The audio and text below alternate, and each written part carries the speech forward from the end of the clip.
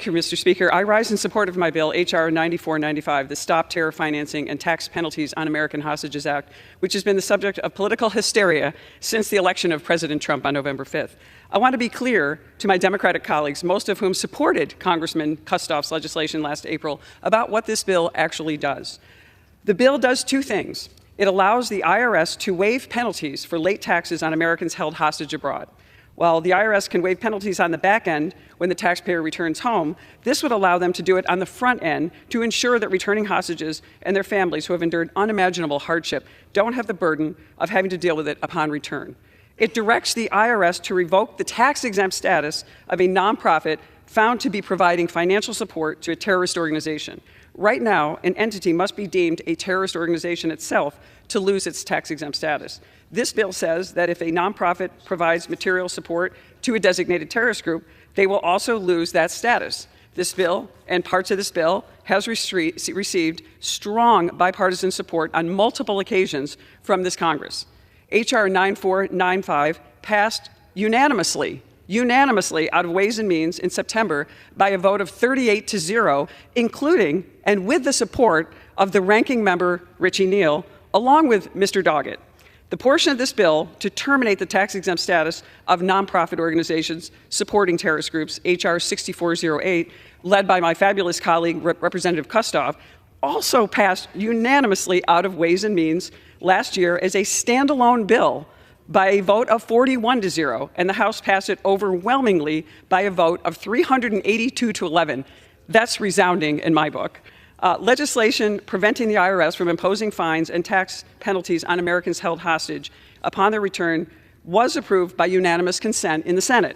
It is shameful that Democrats that supported this common sense position are now opposing it and citing the election of President Trump as the reason, and also manufacturing concerns about the targeting of nonprofits' tax-exempt status for unrelated purposes. I want to clarify, Treasury can only revoke tax-exempt status under this legislation if the nonprofit in question is providing material support to terrorist groups designated under long-standing statutory standards. There are no changes to those standards or the executive branch's ability to make those designations.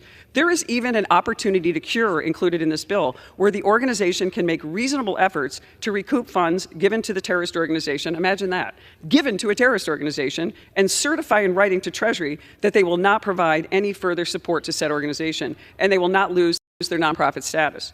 Organizations abusing tax-exempt status to funnel money to terrorist organizations has been a pervasive issue, which was exposed by Chairman Smith's ongoing investigation into various nonprofit groups' ties to foreign terrorist organizations. This is a crucial time for Congress to act and to make it clear that we stand for our fellow citizens who have endured unthinkable circumstances abroad, like my constituent, Ryan Corbett of Dansville, New York. He is husband to Anna and father to Anna and father to Anna. He and his wife, Anna, are father to 3 children, Ketsia, Miriam, and Caleb. Today marks the 834th day since he has wrongfully been detained by the Taliban in a 9 by 9 foot cell. It is a tragic situation.